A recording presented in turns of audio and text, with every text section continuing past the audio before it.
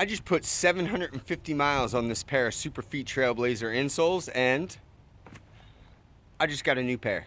Let's check them out.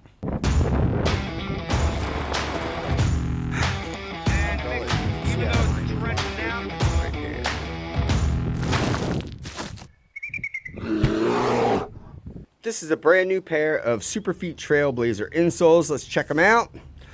We'll look at the bottom of the insole first.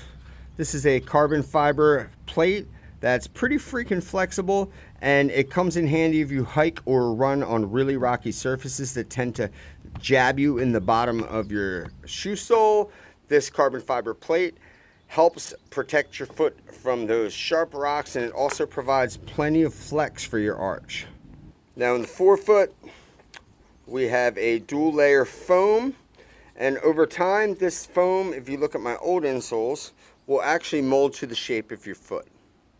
These things have a really deep heel cup on them, which helps prevent hot spots. It helps prevent your foot sliding forward inside the shoe so that your toes jam into the front of the shoe, and it helps really lock that heel and lock your foot in place. Now Superfeet has also incorporated a gel impact plate in the outside of the heel. This will come in handy for those of you who are big heel strikers, especially if you don't wear zero drop shoes. And this really helps minimize heel pain after a long 20-mile day of hiking. Superfeet also incorporates something they like to call moisture wick with odor control into their insoles. So basically your feet won't funk them up. So if you look at these old insoles here and how the foam has formed to fit my foot, I have maybe 1 to 2 millimeters of foam right there. Now, this heel cup is so deep that the only thing jacking my heel up here is this small piece of plastic. Carbon fiber. Let me see if you can get a good look. But your heel to toe drop in these insoles is only going to be the whatever the thickness of this plastic is, as opposed to the thickness of the foam in the front. And they are pretty close. There may be a 1 millimeter difference, 2 at the absolute most. So I would say these are pretty freaking close to being zero drop insoles. Now before I go any further, I just want to say that if you're experiencing plantar fasciitis or any type of foot pain or foot issue, you may want to consult a doctor, a physician, or a podiatrist, or someone who knows feet to give you a recommendation as to the best type of insole that's going to work for you. Now Superfeet makes many different styles of insoles. They have some with higher arches, lower arches. So speak with a doctor and find out what will work best for you. In addition to that, I wanted to let everybody know I did not pay for these insoles. Superfeet sent them to me for free for testing purposes. That in no way is going to affect my review of these insoles. I do really love them. As you can see, I put, almost 700 miles on these things, maybe 750 I think it was. And they've held up really well. Let's take a look at these old ones now and see how they've worn. So these are the old insoles. The foam hasn't worn too much, but it definitely has compressed to fit the mold of my foot.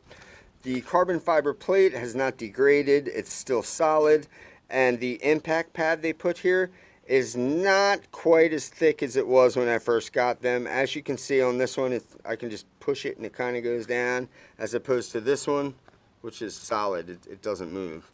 And this is the new insole. So basically the only reason I've stopped using these insoles is because the fabric itself of the insoles has started to wear. This one isn't that bad, but let me show you what this one looks like. And you'll be able to see in the heel there. You see how that's worn away? That started giving me a hot spot and a little baby blister. So I decided it was time to retire these things. But they hold up really well. Superfeet says they're good for about 500 miles. But I've gotten as much as 800 miles out of a pair of Superfeet greens. Now these definitely are a little different than the Superfeet greens. I found with the greens that when I first put them in my shoes, I had back here in the rear part of the arch here, it was almost like it was a little too high, and it took my feet a good week and a half to get used to the Superfeet greens. Eventually they ended up being really comfortable and working for me, but there was a big transition period with those. With these, I have not felt that at all. The Trailblazers, the second I slide these things into my shoe, the arch feels perfect, and it almost feels like I'm walking on little baby pillows. Now, when you pull these insoles out of the box, they are going to be sized big. If you're a size 10, you're going to get something that would fit a size 12. And the reason is because every insole for every shoe brand is different. They are all different shapes or different sizes. So when Superfeet ships you your insoles, they run a little big. You have to trace your old insoles over these insoles before you slide them into your shoe, just like you would with pretty much any insole you're going to buy anywhere. But let me show you how it's done real quick. Step one is you remove the insoles out of your shoes. You lay them on top of the new Superfeet insoles, and then you are going to trace them and cut them. Pretty self-explanatory. So I've just traced a line. Time to cut. And once you have your insole cut, you slide it into the shoe. Perfect fit.